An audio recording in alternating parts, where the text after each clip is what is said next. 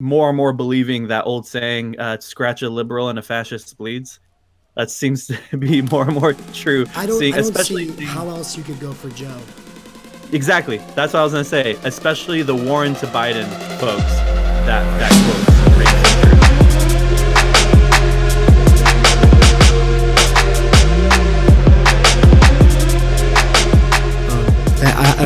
In general, how's it going? It's going good. Mostly, it's been let me think. I mean, the Bernie stuff has been a huge bummer this week, at least. Yeah. And Yeah. I don't think I shared this with you. But I've talked a bit about it on my stream a few times. Just over this last month, has been difficult because it's like within my spiritual journey, I ended up like maybe like 3 years ago following a whole bunch of progressive Christians on Twitter. Like 3 or 4 years ago, like a whole bunch of them. Oh no. But that's where I was leading. That's where No, I of went course, into of the course, yeah. progressive Christian realm. So you But like but in in reality, these people, but you're in seeing reality, them all. they're a bunch of liberals. So, but Yeah, it's the good thing for sure.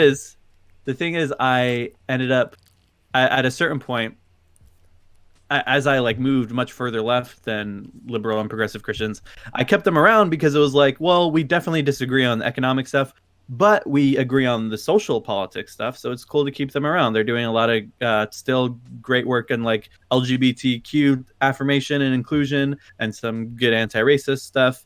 And so I kept them around, and I never like found myself coming across that many progressive Christian tweets where I like disagreed that much, or even at all. But this election though, the disagreements became super clear because it was like I saw a bunch of progressive Christians that I looked up to. I read their books a lot. I would like, which was used to be hugely influenced by, and ending up the supporting Warren. And then I think what ended up getting me frustrated, especially, was seeing that. Oh, by the way, for people in the chats, the reason that our videos are behind is because we're just looking at each other's Twitch streams because we can't use the videos. So that's just how it is. But at least we can see the faces. It's honestly, Streamlabs and Discord has had this issue where they don't share cameras, and that's been an issue for as long as I've been streaming. So yeah, but it's all good. But what was I gonna say? Oh yeah, so what really got me frustrated was seeing a bunch of them do two things: support Warren and platform lies about Bernie. Like so many stuff about like lies. like Bernie bro stuff. Oh, But he then can't I get even the saw black vote. Shut the. Oh my god. no before that he was stuff about him being sexist or stuff about the Bernie bro stuff, like angry Bernie bro. But then also that Russia wants him to be president. Like I saw progressive Christians posting that, and then I was just like, I was done. And so I like mass unfollowed a lot of progressive Christians that I used to look up to because of that. And those are my criteria. If you're supporting Warren and platforming lies about Bernie, unfollow. And then some of them I realize now are like supporting Biden. And there was even a progressive Christian that I was following on Instagram that was after Bloomberg dropped out, posted a picture of him and Bloomberg saying that it's been great working for the Bloomberg campaign. And I guess he was his faith advisor, and I didn't even realize that. And and then his whole post was like, it's been so great. This is like the most intersectional, inclusive team I've ever been a part of. And like they want to end climate change, they want to end racism, therefore like all this weird social politics stuff. And it was like the trippiest thing ever. And so really what's happened over this last month has been me cutting ties with a lot of liberal progressive Christians that I thought would always be around in my circles of influence, and definitely losing respect for a lot of them, and feeling like more and more, like I said, socialism or barbarism. And also based on some of their tweets, more and more believing that old saying, scratch a liberal and a fascist bleeds. That seems to be more and more true. I Seeing, don't especially see how else you could go for Joe. exactly. That's what I was gonna say. Especially the Warren to Biden Yeah. folks. That quote rings so true. There's a lot of Warren to Bernie people. Let's make sure to clarify that those are Yeah. great people. There are people who, because without those people actively holding space in those spaces, resisting the ever encroaching pressures for her to buckle and compromise on all of her stated values in the last few years, who knows what would have happened, and maybe she would have already endorsed Biden. But right now she's really in a pinch. She can't exactly come out and do it, even though, she's tacitly doing it. And so I respect the people who held that space and tried to keep faith and stay, hope for the best, plan for the worst. And then they came over to Bernie right after she dropped out. But the other half of her camp might as well be K-Hive. They might as well be, and there's a lot of Pete folks who they were in it because LGBTQ things are their first and foremost, and Yep. they're thinking in primarily identity terms. They're not thinking in substantial, material, structural terms because probably they're newer to politics, and that's okay. But they still nevertheless do understand that Bernie is a lot better on a lot of LGBT things than, Biden. And so, they've come over as well, and they're learning firsthand. These are people who are waking up to what a lot of us were already aware of because of 2016, that we were being gaslit by the corporate media every day. And that we are being that's literally all it is. We're being told that we're crazy. We're being told that that our choices and our estimation of reality is completely without bearing or stake in in an actual world. And the fact is the polls have always always shown that Bernie stood the best chances beyond the margin of error, unlike Hillary or Biden, to beat Trump. This has been a consistent thing. And if they really cared about Trump, if they really cared about defeating Trump, then I think that they would be focusing on that. But basically, the where I'm left with is that they would rather not be democratic socialists and have Trump. That's the risk, that they would rather say, well, we're capitalist. Fundamentally, we're capitalist. And if that means risking Trump, as long as we don't have to have a democratic socialist in there, then we're that and that. Or some of them are just straight up anti-Semitic, because a lot of Biden boys straight up are. But, I've also begun to realize there's a lot of liberals and progressive Christian liberals that the biggest things they hate about Trump is how inappropriate he is with his language and how mean he is and how rude he is and how much of a jerk he is, not his policies. And I thought all of us Trump haters were on the same page, that we hate Trump because of his awful policies. But turns out there's a whole bunch of liberals, they just don't like that he's mean to people. And it's a mask off moment. Yeah. It's a hard mask off moment when they say, oh, you said something mean, you're all the same as Trump. And it's like, oh, so you all just came out and said it, didn't you? You basically, you're saying decorum and civility are our priorities. And if you break with decorum or if you break with civility, then you're Trump. Yeah. And it's like, but it's also exposed through them supporting Biden too. When Trump is not bullying down, but just breaking with decorum sometimes, I think it's hilarious. You know what I mean? Like, anybody who can call out the shit that they pull all the time. It's like, anybody who does it, great. Like, watching Bloomberg and Trump go against each other, I hate them both. But every time the other one got a good punch in on the other, I was like, right on, right on. It made me realize that billionaire gladiator spectator sports would be fantastic if we could take away their power and put them in an actual ring where they actually have to do the gladiator thing. And I think that, that might be a way of taking care of our current situation. Yeah. It's very, very, very strange. And also, I think what's happening, I think I heard Richard Wolff say this, but I've seen this a lot, that a bunch of centrists who thought they were left are now realizing that they were never left, or were hoping that they realize. Because I saw there's this progressive Christian pastor dude who was posting about Pete Buttigieg and calling him the religious left, and had a friend who's like an actual Christian, actual leftist, say, did you see that that Cornel West clip where he was talking about Pete Buttigieg? No, I did not. Oh my god, you need to definitely watch that clip. Okay. Wait, let's stop everything right now and watch it. Oh, I'll share it. Should we actually watch it? Because I mean, that's possible. It's short, yeah. Okay, yeah. It's very short. By the way, that video that shows up right there, "Don't Vote for Joe" by the Surfs, very good video. Hold on. Hey, Anarchist Tech Support, welcome. Silver Spook, welcome. Silver Spook says, "Yep, billionaire battle royale." Straight up, I want. So I really love this game I've been playing. Elusive Fox played it today as well, called Super Bernie World, and it's like a Mario, but it's Bernie, and you smash people with mega hats. It's so much fun, and you actually, you fight Mitch McConnell, and you fight Ted Cruz and stuff like that. You don't get far unless you ask. Oh wow, Silver Spook just subscribed. Thank you, Silver Spook. But what I was gonna say though is that we need super Bernie Bros, and then Super Bernie Bros. You'll play Bernie and Nina Turner and Cornel West and Killer Mike and Ilhan Omar and AOC and all of the other Bernie Bros, and you'll fight billionaires, right? Like, we need that game. Mm-hmm.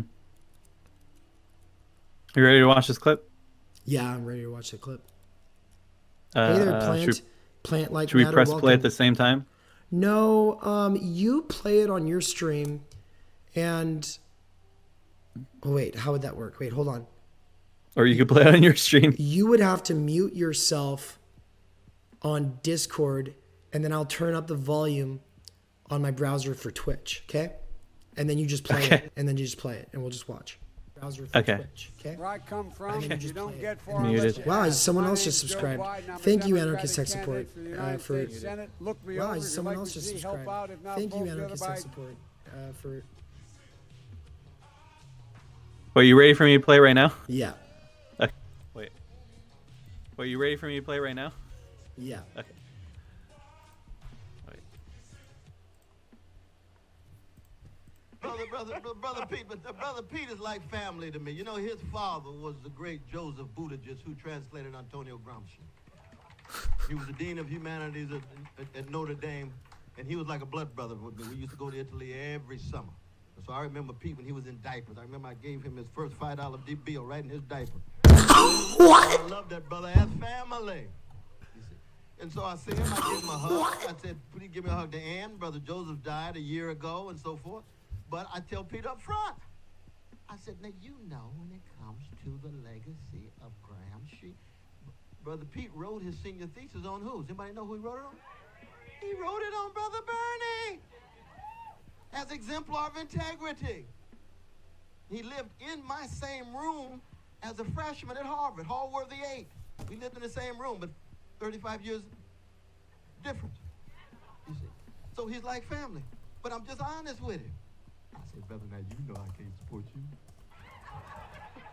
I love you to death. You're going to be a member of the family all. But you just part of that same milquetoast neoliberal crowd I've been critical of all this time. I can't support you, brother. Not at all. You see, no, is he better than Trump? Of course he's better than Trump. Amazing. I mean, the bar's about this low. Oh my God. Oh, here, let me play it. Amazing stuff. Oh my Amazing God. stuff.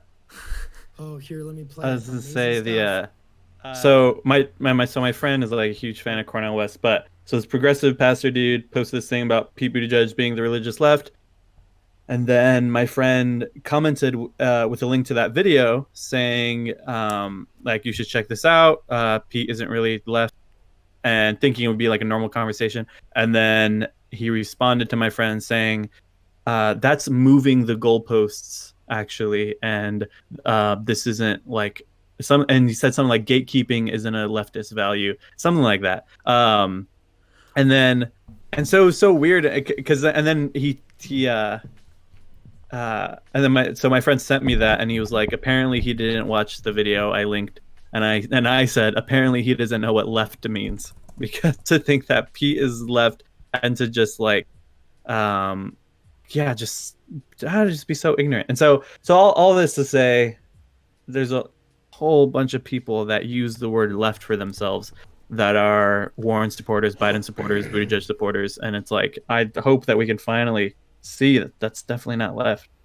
Bernie being on that stage and all of those people saying the things that Bernie got them to start saying because he made those things popular again, and then watching them all fold and compromise on saying those things within the space of a couple of months has made every person who is aware, who is committed to truth and justice and the constant struggle towards, saying, yeah, we even when the going gets tough, we maintain those commitments. When we say something is a human right and that we have to fight for it, like how Warren did about Medicare for all, we don't stop with that. And when we spend our whole, when our whole image is that we fought against Biden, like Warren, and then you tacitly endorse him by not supporting the progressive when your camp is made up of the progressives and the so-called centrists, and all the centrists are obviously doing their ruling class solidarity unification as well. Like, that is revealing, and it is it is going to help us do some necessary gatekeeping, because I hate gatekeeping when it's like, like right now, if I was like sitting here being like anarchist tech support, if you don't believe this, then I don't know if we can truly be comrades. And I don't do that to the people who are in this chat.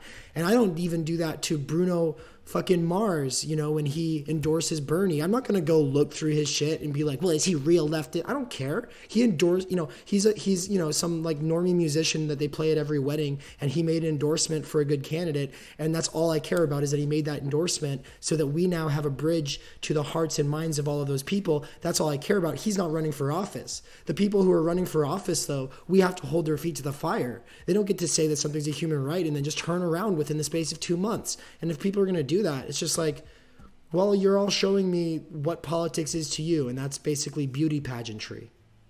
Like you talk about, oh, people are dying, or this locks people into cycles of poverty, and that this is a fundamentally moral issue for you.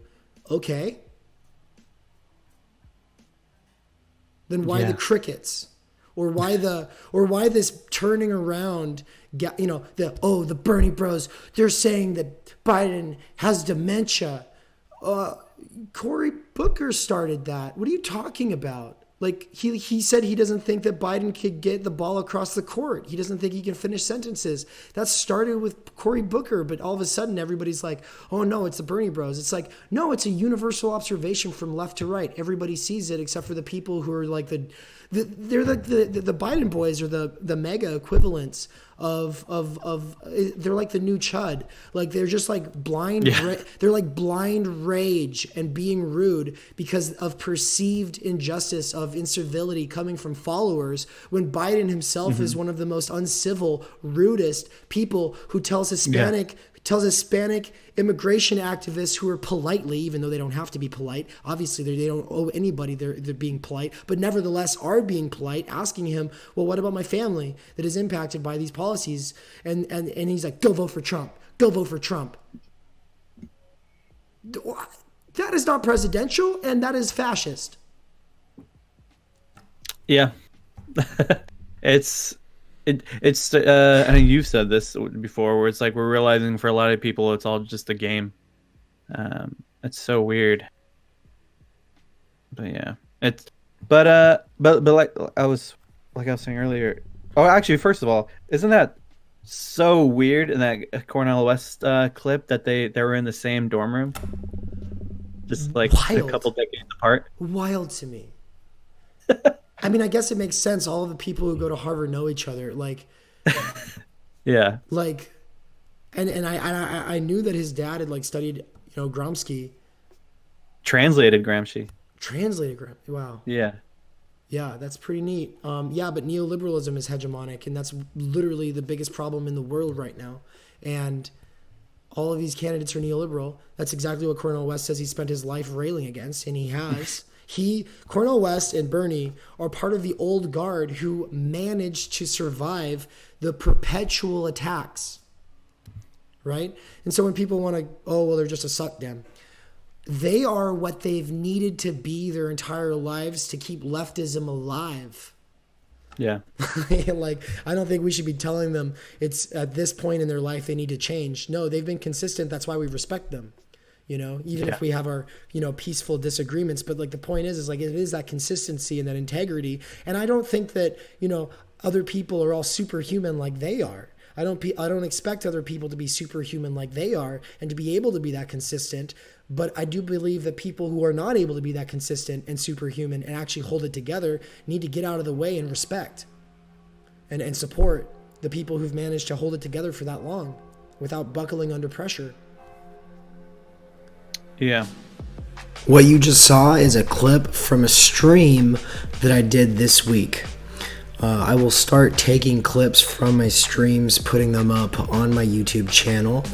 But my streams are currently occurring on twitch.tv/theory_plebe. For those who do not regularly tune in to follow or subscribe with Twitch streamers, I just wanted to let you know that Twitch is pretty neat. It's a pretty cool way of creating a space for different things. And the Majority Report is on there. A similar channel, Lucid Fox, is on there. And there's a lot of new lefty Twitch streamers emerging on Twitch because of the suppression that we are experiencing on YouTube, where it makes it so hard for people who are new to politics to find alternative coverage. And now I'm not normally doing electoral coverage, okay? But I'm not so much a political science person as I am a political philosophy and critical theory person. And so that's kind of my approach to streaming is, I might use contemporary events, but I'm going to, in the course of doing that, I'm going to talk about books. I'm going to talk about reading books, the importance of opening that dimension of your mind. And we're going to work through classics from the critique of political economy and critical theory into contemporary ways of extending those analyses and either overhauling or expanding or adapting those theories to our changing material conditions so that we can better understand the world that we live in, because that's ultimately the goal. And I'm proud of the kind of space that I cultivate. I really do love the folks who are regulars. It's a good time, so please join us. And if you're not able to join us when we're streaming, then that's okay. Right now I don't have a regular streaming day or time, but if you download the Twitch app and make sure to follow me, you will get notified when I am streaming. I highly recommend doing that. If you're a patron of mine, and if you are, then your name is going by on this side of the screen here right now. And thank you very much for your support. I am an entirely small donation funded creator, and it, every little bit helps free up my time, energy, and attention to be able to focus on this work. But I have to work other kinds of odd jobs to be able to make ends meet right now. But this is ultimately what I feel called to do, and I feel most passionate about. And it's one of those things that I think that I'm passionate about it, so that's why I do it. But I really appreciate the people who help make it possible. But if you're a patron, as I was saying, you will be able to see whenever I start streaming, because I do always let my patrons know, I'm about to go, I'm about to stream, hop in if you can. And the thing about Twitch is my streams can go for 5 to 7 hours.